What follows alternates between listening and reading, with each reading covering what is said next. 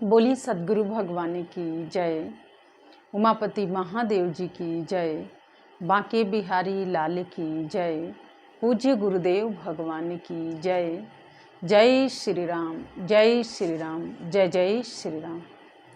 प्रिय भगवत प्रेमियों, हम सब बहुत ही भाग्यशाली हैं कि परमात्मा की कृपा से सत्संग विचारों को हम लोग श्रवण कर पाते हैं ईश्वर की अनुकंपा से।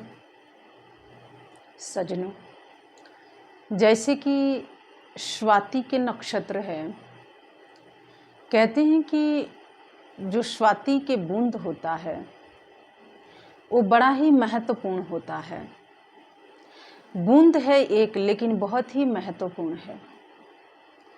केले के पत्ते पर गिर जाए तो कपूर बन जाता है, और यदि सीप के मुख में जाए तो मोती का रूप धारण करता है, और वही बूंद यदि सांप के मुख में जाए तो जहर बन जाता है। सजनों, बूंद एक है, लेकिन उसका तरीका अनेक है। ठीक इसी प्रकार से आज के समय में एक चर्चा चल रही है कि घोर कलिकाल चल रहा है। सजनों, जिस समय जैसे ये बूंद तीन प्रकार से तीन जगहों पर गया तो तीन रूप धारण किया, ठीक इसी प्रकार से जिस समय राजा परीक्षित के समय समक्ष कलयुग आता है तो वो बड़ा उससे पूछते हैं कि तुम कौन हो, क्योंकि तुम्हारे शरीर से दुर्गंध आ रहा है और तुम्हारे जैसे काला व्यक्ति हमारे राज्य में नहीं है। तुम देखने में शूद्र प्रतीत हो रहे हो। आखिर ऐसा प्राणी मेरे राज्य में कहाँ से आ गया? सजनों, कलयुग कहता है कि मैं सतयुग में सत्य था, क्योंकि सतयुग में लोगों के पास सत्य था, तो मैं सत्य था। और त्रेता में हवन था, तभी मैं उस युग के साक्षी रहा। और द्वापर में दान पर आके सब चीजें टिक गया, तब भी मैं था। और आज घोर कलयुग के रूप में मैं ही आया हूं, क्योंकि मैं ही काल हूं, महाकाल हूं। मेरे से ही सब कुछ उत्पन्न होता और मेरे में ही सब कुछ विलीन हो जाता है। मैं इसलिए इतना मलिन दिख रहा हूं, मेरे शरीर से दुर्गंध इसलिए आ रहा है क्योंकि ये जो युग है, इसमें जो प्राणी होगा उसका मन इतना दूषित होगा कि उसके मन के द्वारा उसके शरीर से दुर्गंध आएगी, बदबू आएगी। सजनों, परीक्षित ने जब यह बात सुनी तो उन्होंने कहा कि मैं इसको कैसे सत्य मान सकता हूँ? तो कलयुग ने कहा, क्योंकि मैं तीनों युग के साक्षी रहा हूं, साक्षी भाव से मैंने देखा है और रहा। मैं ही काल हूं, मेरे अतिरिक्त कुछ नहीं रहा है, और युग बदल रहा है, इसीलिए मैं कलयुग बन के आया हूं। काल का मतलब कलयुग। सोचिए, शब्दों पर ध्यान दीजिएगा। लोग कहते हैं ना कलयुग बहुत ही खराब है। सजनों, कलयुग खराब नहीं है, लोगों का मन खराब रहता है। इस कलयुग में अच्छे लोग भी हैं, जिन्होंने अच्छाई का रास्ता चुना, उनको कलयुग कभी प्रभावित नहीं करता है। लेकिन जिन्होंने बुराई का रास्ता चुना, उनके ऊपर कलयुग का प्रभाव होता है, अर्थात काल का प्रभाव तो रहेगा। काल की गति बहुत न्यारी है। एक संत हुई हैं जिनका नाम है सहजोबाई। वो कहती हैं, सहजो मृत्यु के समय पीड़ा होत अपार, जैसे 1000 बिच्छू डंक मारे एक साथ।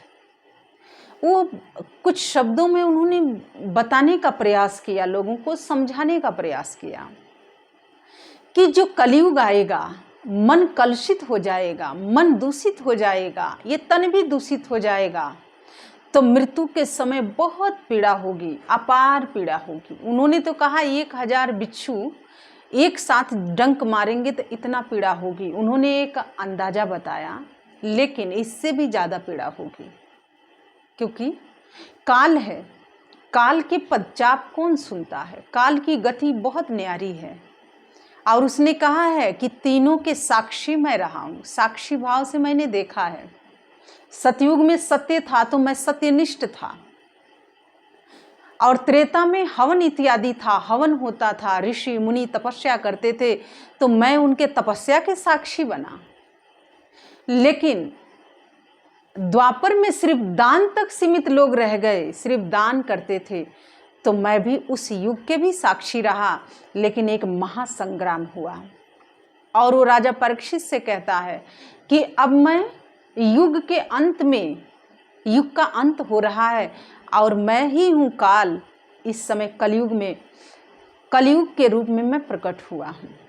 मेरे अनेक रूप हैं, मेरे अनेक विचार हैं, मेरे अनेक भाव हैं। मैं सत्य भी हूँ, झूठ भी हूँ, पाप भी हूँ, सब कुछ मैं ही हूँ। जैसा जो आचरण करेगा उसके मन के अंदर मैं वैसे ही प्रवेश करूँगा। सजनों, परीक्षित ने जब सुना तो उन्होंने कहा कि ये तो बहुत ही अद्भुत प्राणी है, ये तीनों युगों के साक्षी रहा, साक्षी भाव से इसने देखा है और मेरे राज्य में प्रवेश किया है। तो उसने कहा, राजा परीक्षित ने कहा, तो फिर मैं क्या तुम्हारे लिए कर सकता हूँ। तो कलयुग ने कहा कि मैं आपके शरण में आया हूँ और शरण में आए हुए के तिरस्कार नहीं किया जाता है, इसलिए मुझे स्थान दे दीजिए। पहला स्थान उसने स्वर्ण मांगा। आप सभी जानते हैं कि कोई भी देश हो, चाहे विदेश है, चाहे भारत है, चाहे कोई भी, नेपाल है, चाहे कोई भी देश की हम बात कर लें, वो देश उतना ही पैसा छाप सकता है जितना उसके पास डॉलर होगा, अर्थात सोना होगा। उससे ज़्यादा वो पैसा नहीं छाप सकता है, चाहे हमारा भारत है, चाहे कोई भी देश है। और कलयुग ने कहा कि मैं स्वर्ण में वास करूँगा। तो रुपया कैसे बनता है, पैसा कैसे बनता है? स्वर्ण से बनता है।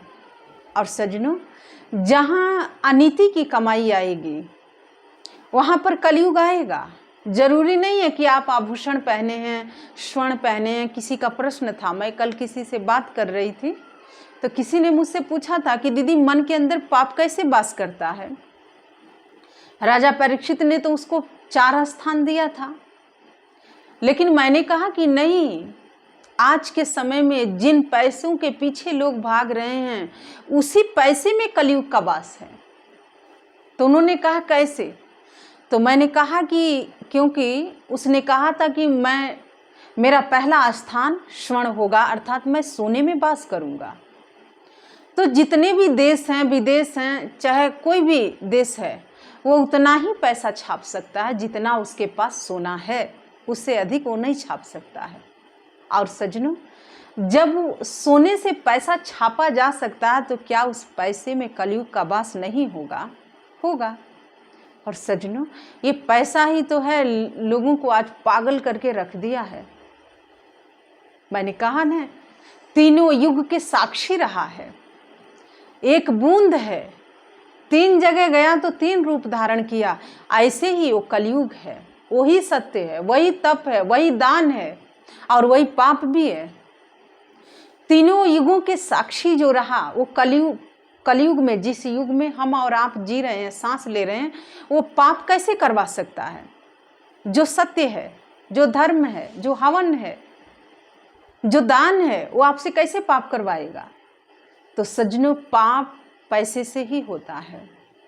जिन पैसों के पीछे आप भागते हैं, ये पैसा रात की नींद हराम कर दिया है, लोगों के बेचैन करके रखता है, बहुत पीड़ा देता है, बहुत तकलीफ होती है। मृत्यु के समय तो जो होना है वो तो होना है, जब होगा तो होगा। जीते जी लोग मृत्यु जैसा जीवन जी रहे हैं आज के समय में। न तो वो घर का इस्तेमाल कर पाए, न अपने सगे संबंधियों का इस्तेमाल कर पाए, और ना ही अपने जीवन को ढंग से इस्तेमाल करके जी पाए। सजनों, ये पैसा है जो बेचैन करके रख दिया लोगों को। तो सजनों, इससे बचा कौन है? कहते हैं कि कलयुग ने कहा था कि जिसके पास सत्य होगा उसके ऊपर मेरा प्रभाव नहीं होगा। वो बेचैन नहीं होगा, वो शांत रहेगा, एकनिष्ठ रहेगा, धर्मनिष्ठ होगा, कर्मनिष्ठ होगा। तो सज्जनों, आज के समय में शांत कौन है, एकनिष्ठ कौन है? सब तो 99 के चक्कर में लगे हैं, अर्थात माया के चक्कर में लगे हैं। वो कोई एक होता है जो भगवान के दास होता है, हरि का दास होता है। और कहते हैं कि जो हरि को भजे तो हरि का होए, हरि के भजे सो हरि के होए। सज्जनों, जो हरि को अर्थात जो नारायण की भक्ति करता है, विष्णु को जो याद रखता है, वही तो है काल, वही महाकाल है, वही 3 युग के साक्षी रहा है और ये 4था युग में वो आया है। तो कहते हैं कि माया का प्रभाव उसी के ऊपर नहीं पड़ेगा जो उसका जो भजन करेगा, उसकी जो बंदगी करेगा। उस माया में भी वो कोई सत्य के रास्ता दिखाता है, वो कोई एक मार्ग बना देगा आपके लिए, आपको भटकने नहीं देगा, आपको विचलित नहीं होने देगा, आपको बेचैन नहीं होने देगा। सज्जनों, आपको हर पीड़ा से बचा के रखेगा, आपको हर बंधन से वो मुक्त कर देगा। वो एक है, अनेक नहीं है, एक है। एक से अनेक होता है और अनेक से एक हो जाता है, उसी को हरि कहते हैं। एक भजन गुरुजी हमारे गवाया करते थे, बहुत सुंदर भजन था। मेरा हरि है 1000 हाथ वाला, उसके हजारों हजारों हाथ हैं, बस आपको ज़रूरत है उसकी बंदगी करने के लिए, उसकी भक्ति करने के लिए। और सज्जनों, जिसने भी उसकी भक्ति की, उसकी बंदगी की, तो वो सच में हजारों हाथों से उसकी रक्षा भी करता है, उसको बचाता है। तो सज्जनों, ज़रूरत है कि हम बूंद से भी कुछ सीख लें, इन युगों से भी कुछ सीखें, कुछ समझें। आप जिस चीज़ के पीछे भाग रहे हैं एक हवस है, और इस हवस के कभी अंत नहीं हो सकता है और ना ही कोई विराम है। लोग मिट गए, लोग हट गए, लेकिन ये नहीं हटा। वो कहता है कि मैं तीनों युग के साक्षी हूँ, साक्षी भाव से मैंने देखा है। बहुत बड़ी बात कलयुग ने कहा है। एक बात और उसने कहा कि मेरा युग मशीनों का युग होगा। पैसे किससे छपते हैं? मशीन से छपते हैं, और किससे छपेंगे? सज्जनों, ये मशीनों का युग है, बहुत सावधान रहना होगा। कहते हैं, महापुरुषों ने बहुत सुंदर कहा है, सावधानी हटी तो दुर्घटना घटी। आपके जीवन में घटनाएं तभी घटेंगी जब आप सावधानी से हटेंगे। सावधानी हटी तो दुर्घटना घटी। इसीलिए आप कभी रोड से जाते हैं, मार्ग से जाते हैं, तो लिखा होता है कि यहाँ खतरा है, यहाँ पर आप जिस वाहन पे हैं उसको थोड़ा धीरे चलाइएगा। वाहन क्या है? ये जीवन है, क्योंकि जिस पर बैठे हैं वो भी एक किसी ने उसको बनाया है जिस पर आप बैठे हैं, और वो आपके हाथों में वो नियंत्रण है उसका, और जहाँ पर आपका नियंत्रण हटा वहीं पर घटना घट जाती है। तो सज्जनों, कलयुग ने कहा था कि मेरा युग मशीनों का होगा। आज के समय में अभी लोग आपको दिख रहे हैं, कुछ ऐसा भी समय आएगा जहाँ पर लोग नहीं मिलेंगे, रोबोट काम करेगा, कंप्यूटर चलाएगा, पैसा गिनेगा, लिखेगा, पढ़ाएगा, और कई देशों में ऐसा हो रहा है। लोगों की आवश्यकता नहीं है। तो सज्जनों, ये हितकारी भी है और विनाशकारी भी है। हितकारी किसके लिए है? जो अच्छे लोग हैं उनके लिए हितकारी है, और जो बुरे लोग हैं उनके लिए विनाशकारी सिद्ध हो रहा है, और सिद्ध होगा, आगे भी होगा। इसीलिए सज्जनों, आप कहेंगे कि रोबोट कैसे चला सकता है?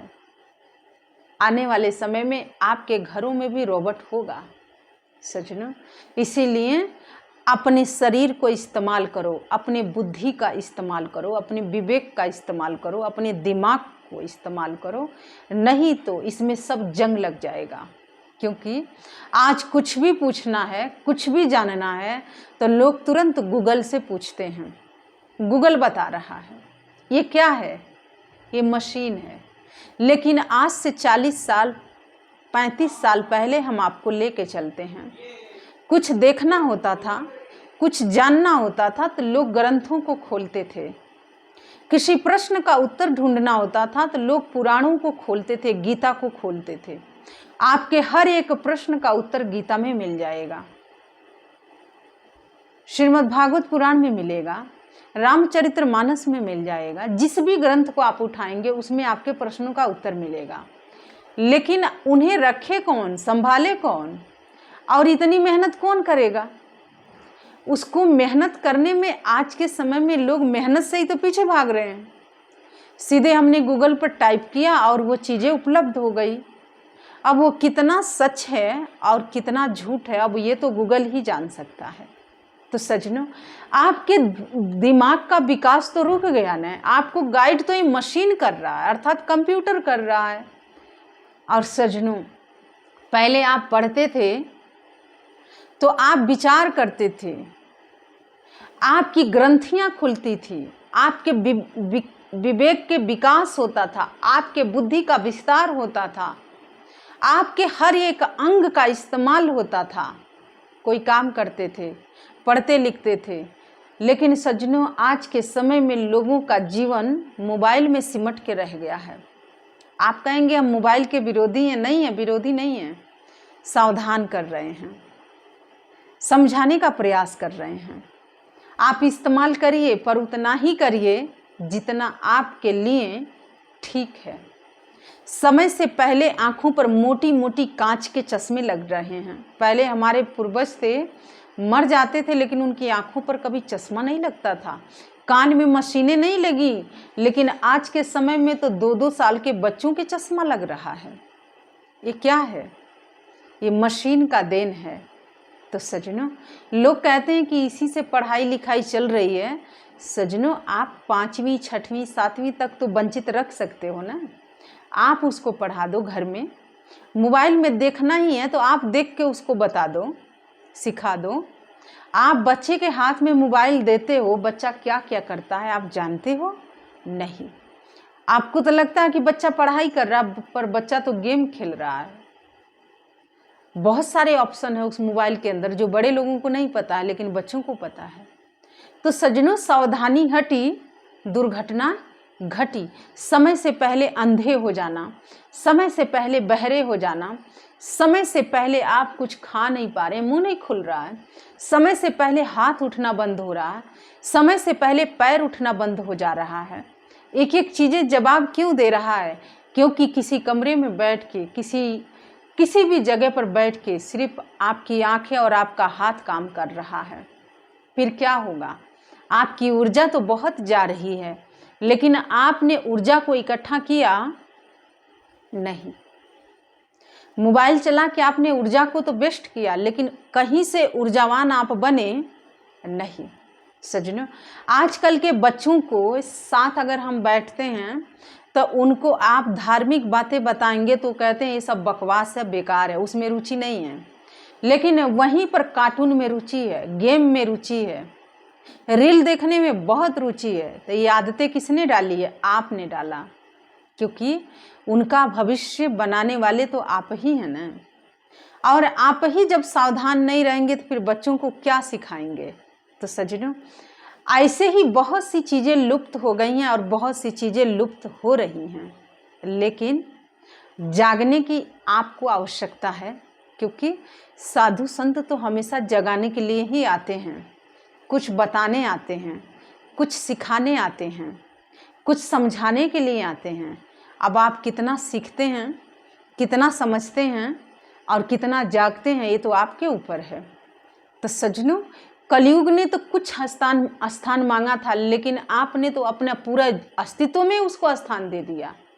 आपने तो उसको अपने जीवन में ही स्थान दे दिया। आज छोटा बच्चा है, चाहे बड़े लोग हैं, चाहे बूढ़े लोग हैं, उनका मन कहाँ रुकता है? पैसे पर जाके रुकता है। आप पैसे की बात करिए ना किसी के सामने, देखिए कितनी रुचि आ जाएगी, कितना चस्का बढ़ेगा। कितनी अच्छी लगेगी वो बातें।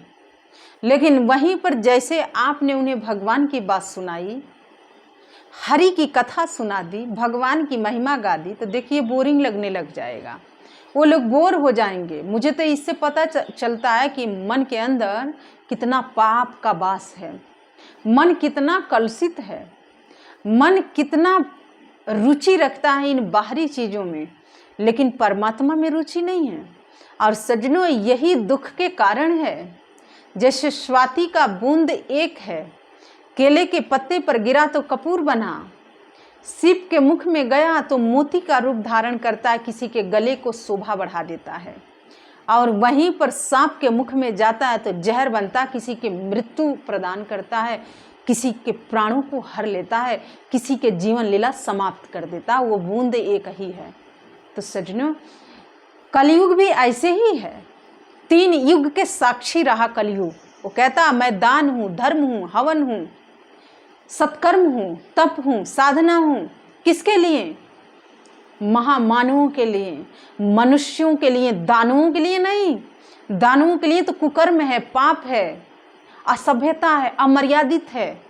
और जहाँ ये सब दिखे तो समझ लेना कि कलयुग के इसके ऊपर पूरा प्रभाव है। तो सज्जनों, इससे कैसे बचेंगे? आज के समय में लोगों को मृत्यु की बड़ी चिंता है, कहीं हम मर ना जाएं। मैं आपसे बता दूं, मेरे को तो कोई चिंता नहीं है। आज मरे कल मरे, मरना तो है ही, मरना तो तय है। आप इसको हटा तो नहीं सकते हैं ना। जो सत्य है उसको कैसे मिटाएंगे?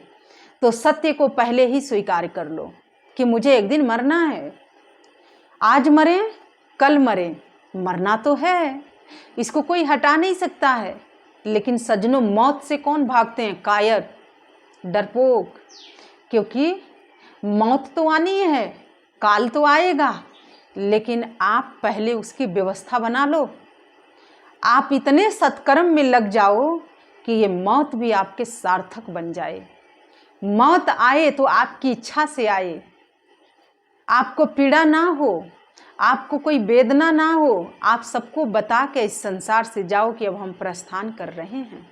सज्जनों, इसीलिए संत सहजोबाई ने कहा कि सहजो मृत्यु के समय पीड़ा होत अपार, जैसे 1000 बिच्छू डंक मारे एक साथ। मरना तो है, तय है, निर्धारित है, अटल सत्य है, इसको कोई झुठला नहीं सकता है।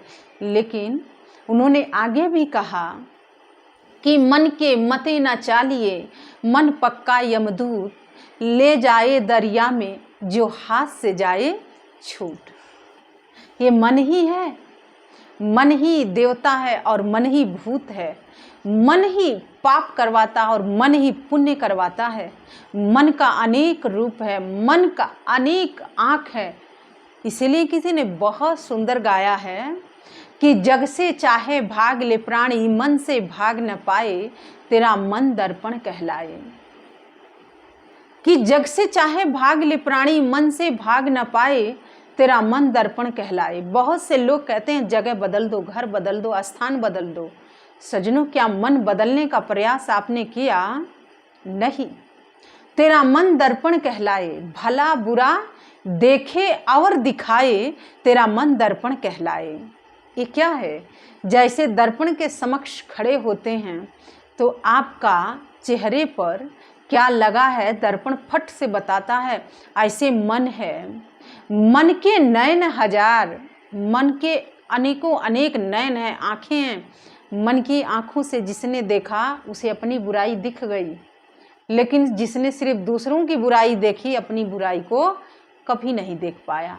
इसीलिए सज्जनों, जग से चाहे भाग ले प्राणी, मन से भाग न पाए, तेरा मन दर्पण कहलाए, तेरा मन दर्पण कहलाए।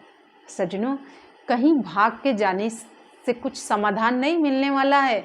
समाधान मिलेगा तो आपको अंदर से मिलेगा, अंतर हृदय से मिलेगा, और कहीं से नहीं मिलने वाला है।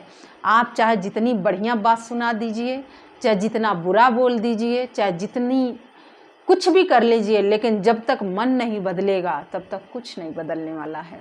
इसीलिए सज्जनों, हरि कथा हरि अनंत, हरि कथा अनंता। हरि अनंत हैं और हरि के कथा भी अनंत है। जो भी संत आए, जिस रूप में आए, वो अनेक अनेक शैली में, अनेक अनेक शब्दों में एक ही के महिमा को गाया, एक ही की भक्ति को बताया। और सज्जनों, इसीलिए आपको अपना मन ठीक करना है, इस कलयुग के कलुषित से बचना है, तो आप ज़्यादा से ज़्यादा धार्मिक स्थान पर जाएं, भजन कीर्तन करें, शब्द कीर्तन को श्रवण करें, कथा सत्संग में रुचि रखें, क्योंकि इसी से आपके अंदर सकारात्मकता आएगी, नहीं तो नकारात्मकता हट नहीं सकती है। इसी से सब चीज़ ठीक होने वाला है सज्जनों। तो आपके प्रश्नों का यही उत्तर था कि कलयुग तो मात्र एक स्थान मांगा था, स्वर्ण मांगा था, लेकिन हम तो स्वर्ण पहनते नहीं हैं, तो कैसे मन दूषित होगा। सज्जनों, पैसा तो रखते हैं ना, गिन गिन के, पहनते नहीं है लेकिन पैसा तो रखते हैं।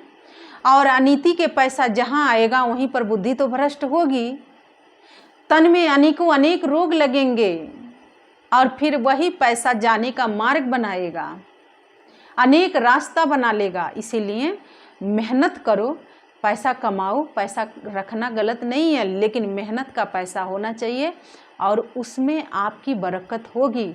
अगर इधर उधर से आया तो इधर उधर वो जाएगा ही जाएगा। तो इसीलिए सज्जनों, हमारे यहाँ उतना ही पैसा छपता है जितना स्वर्ण होगा।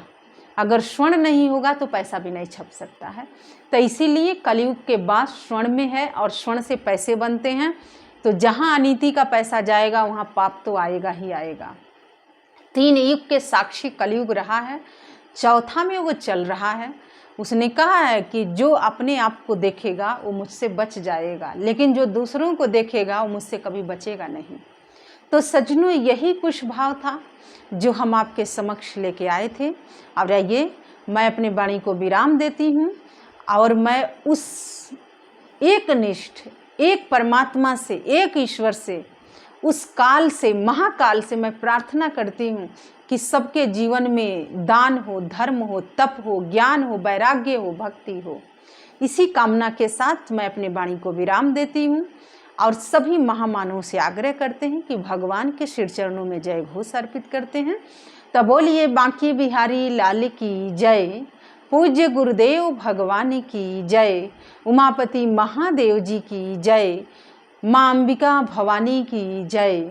जय श्री राम, जय श्री राम, जय जय श्री राम। धन्यवाद।